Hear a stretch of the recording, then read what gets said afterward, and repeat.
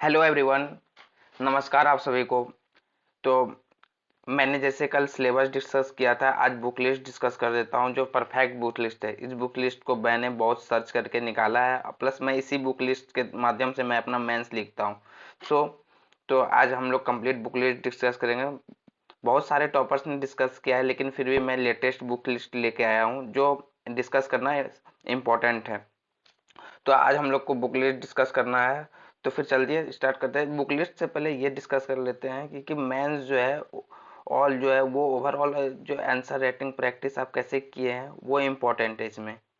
सुनिए, book list से अधिक जो बुक लिस्ट जो आपने प्रीलिम्स के लिए डिसाइड किया है उसमें ही बस ऐड ऑन होता है, लेकिन उससे अधिक इम्पोर्टेंस है कि आप उसका आंसर राइटिंग करें।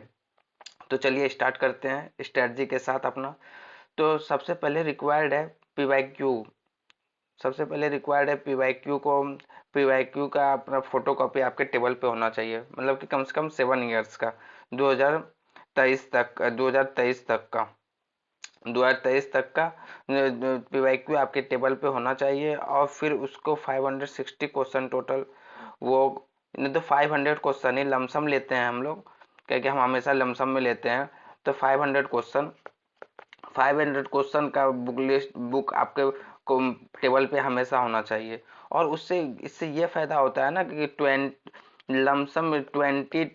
20 से अधिक 20-30 क्वेश्चन आपका रिपीट हो जाता है। जितना भी जीएस पेपर 1 से लेकर 6 तक जितना भी जीएस पेपर है सब में रिपीट होता है।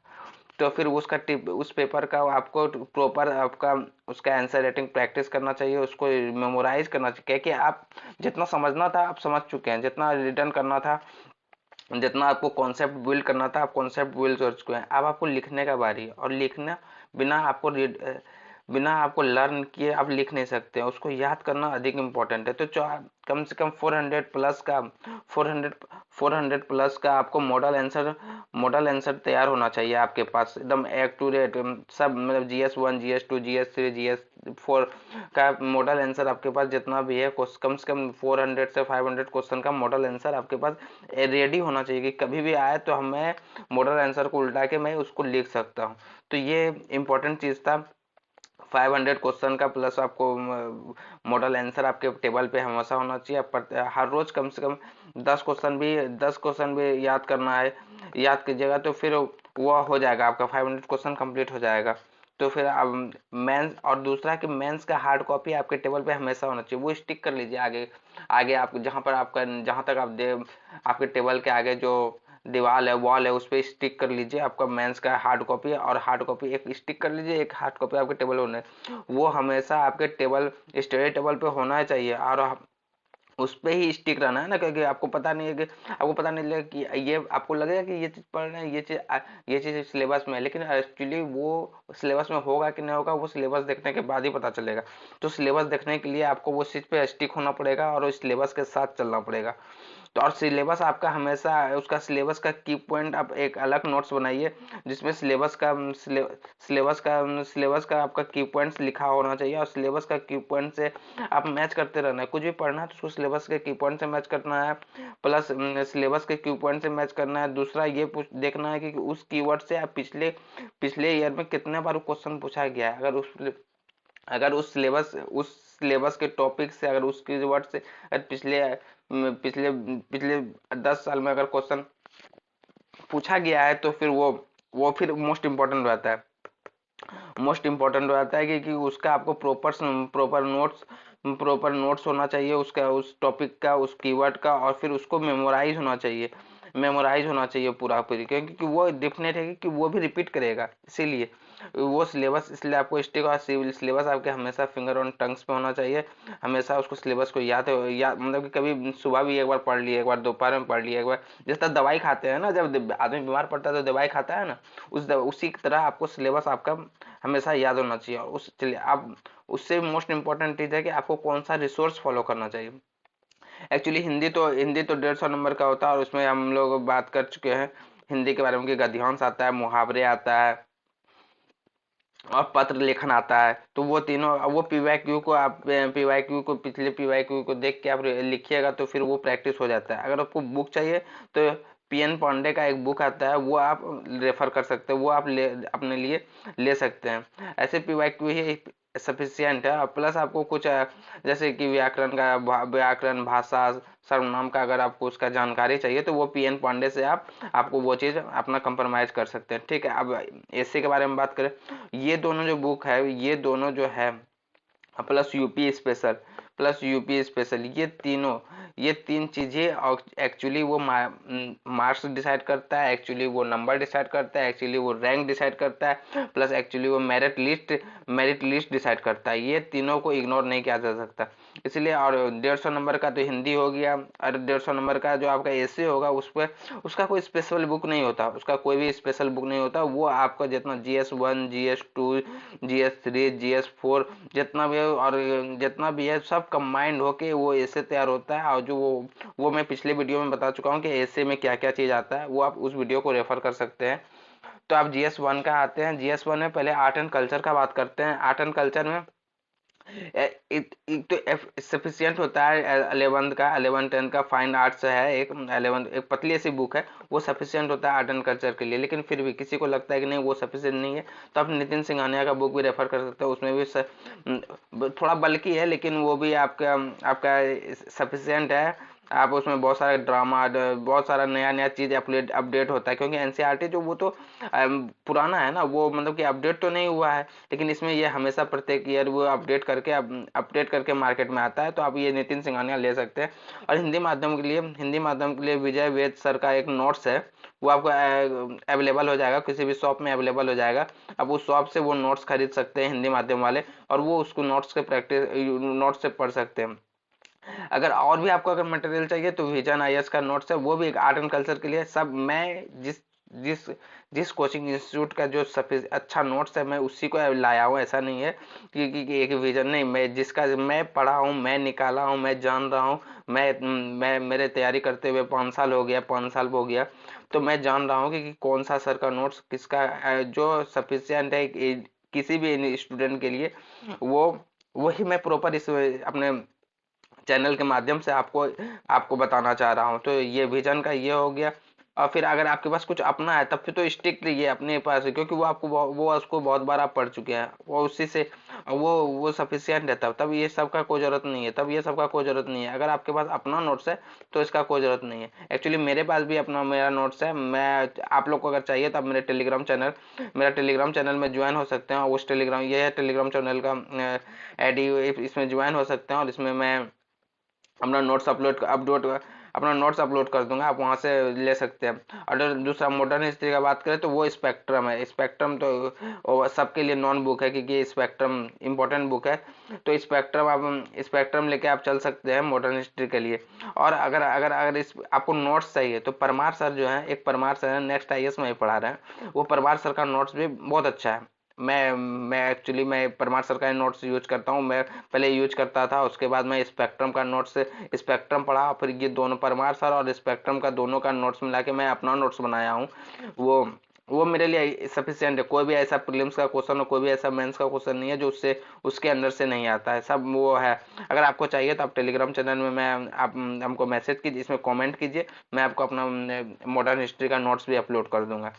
तीसरा, वर्ल्ड हिस्ट्री का बात करें तो वर्ल्ड हिस्ट्री के लिए अर्जुन देव सर का है जो, और अर्जुन देव सर का एक बुक है, वो आप ले सकते हैं। नहीं तो आप वनली आईएएस का नोट्स है, अवेलेबल है उसके टेलीग्राम चैनल में, वो बहुत अच्छा है वर्ल्ड हिस्ट्री के लिए, आप उसका ले सकते हैं। सोसाइटी के लिए अगर बात करें तो करंट अफेयर्स सफिशियंट है, करंट अफेयर्स सफिशियंट है, इसमें नोट्स का जरूरत नहीं पड़ता। लेकिन फिर भी आपको नोट्स का जरूरत है तो एनसीआर बेसिक बिल्ड करने के लिए, आप एनसीईआरटी का 11 12 बुक पढ़ सकते हैं। सोसाइटी का बहुत अच्छा बुक्स है। और अगर ये दोनों से आपको अगर अगर और भी अगर रिटर्न नोट्स चाहिए तो आप मेरा नोट्स ले सकते हैं। मैं अपना नोट्स अगर आपको चाहिए तो आप यहाँ पर कमेंट में अपना नोट्स लिखिए, सोसाइटी नोट्स लिख के हमको मैसेज कीजिए, कमेंट्स में सब देखेंगे कि अगर हाँ भाई चाहिए सबको तो फिर मैं अपना नोट्स अपलोड कर दूंगा, इसमें कोई दिक्कत नहीं है। ज्योग्राफी का तो वो 11 12 का एनसीईआरटी सफिशियंट है, प्लस मेरा भी हैंड रिटन नोट्स है जो 11 12 का एक निचोड़ है ना, वो निचोड़ निकाल के मैं अपने नोट्स में डाला हूँ,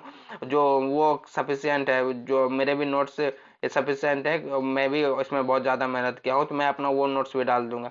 मैं आपको फ्री सोर्सेज में जितना भी चीज़ अवेलेबल है मैं आपको सब कुछ प्रोवाइड कर सकता हूँ, मेरे पास सब है, क्योंकि मैंने खुद निकाला है, मैंने खुद दे रहा हूँ, तो मैं वो सफिशिएंट है।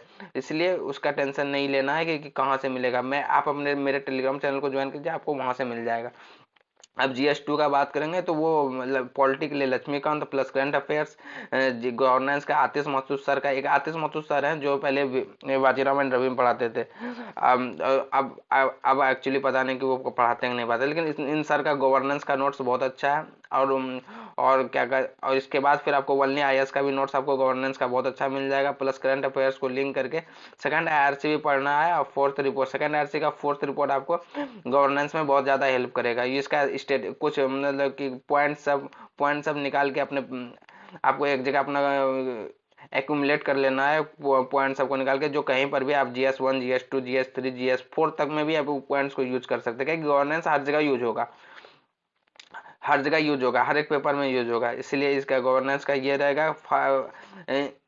इंटरनेशनल रिलेशन के लिए हम पवनीत सर को और रेफर करेंगे, कि पवनीत सर बहुत अच्छा है टीचर इंटरनेशनल रिलेशन के लिए, प्लस उसका नोट्स, पवनीत सर का नोट्स प्लस उसका, मैं भी पवनीत सर से पढ़ा हुआ हूँ, इसलिए मैं इसका रिकमेंडेशन देता हूँ, क्योंकि मैं पवनीत सर का पूरा क्लास किया हुआ हूँ, और फिर उसका उनका नोट्स भी मैं बनाया हुआ हूँ। मेरे पास अपना पर्सनल नोट्स है, लेकिन वो भी पवनीत सर का ही पढ़ाया हुआ है। अगर वो चाहिए तो मैं अपना अपलोड कर दूंगा अपना टेलीग्राम चैनल में, आप मैसेज कीजिएगा।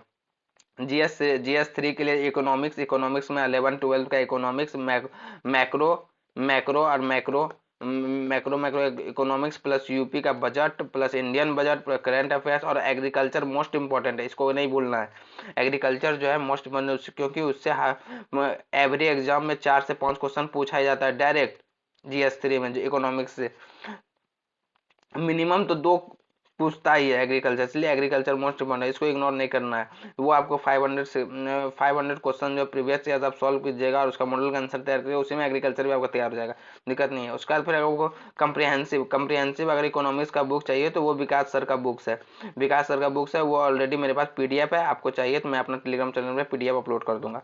चलिए, इन्वायरमेंट का बात करेंगे तो PMF IAS है, उनका बुक्स है, अभी लेटेस्ट एडिशन है, बहुत अच्छा बुक्स लिखा है, बहुत अच्छा बुक्स लिखे हैं ये सर। और प्लस उसका करंट अफेयर्स, करंट अफेयर्स तो मोस्ट इम्पोर्टेंट है कि इन्वायरमेंट का इशूज करंट अफेयर्स से ही आपका कवर हो जाएगा। क्योटो प्रोटोकॉल कब हुआ, ये सब, वेना कन्वेंशन क्या है, ये सब, ये अभी कब हो रहा है, उसमें क्या रिकमेंडेशन दिया गया, वो करंट अफेयर्स से ही आपका कवर हो जाएगा। इसलिए इन्वायरमेंट के लिए करंट अफेयर्स काफ़ी है। इंटरनेशनल सिक्योरिटी के लिए इकबाल सर हैं, इकबाल सर है, उनका नोट्स ले लीजिए, उनका या तो उनका बुक है, या फिर ये दोनों से भी अगर आपको अगर नहीं मिल रहा है तो फिर वाजीराम रवि का येलो बुक्स है इंटरनल सिक्योरिटी का, उसमें बहुत अच्छा कवर किया है।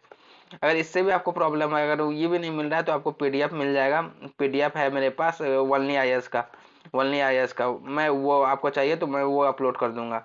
डिजास्टर मैनेजमेंट के लिए विशाली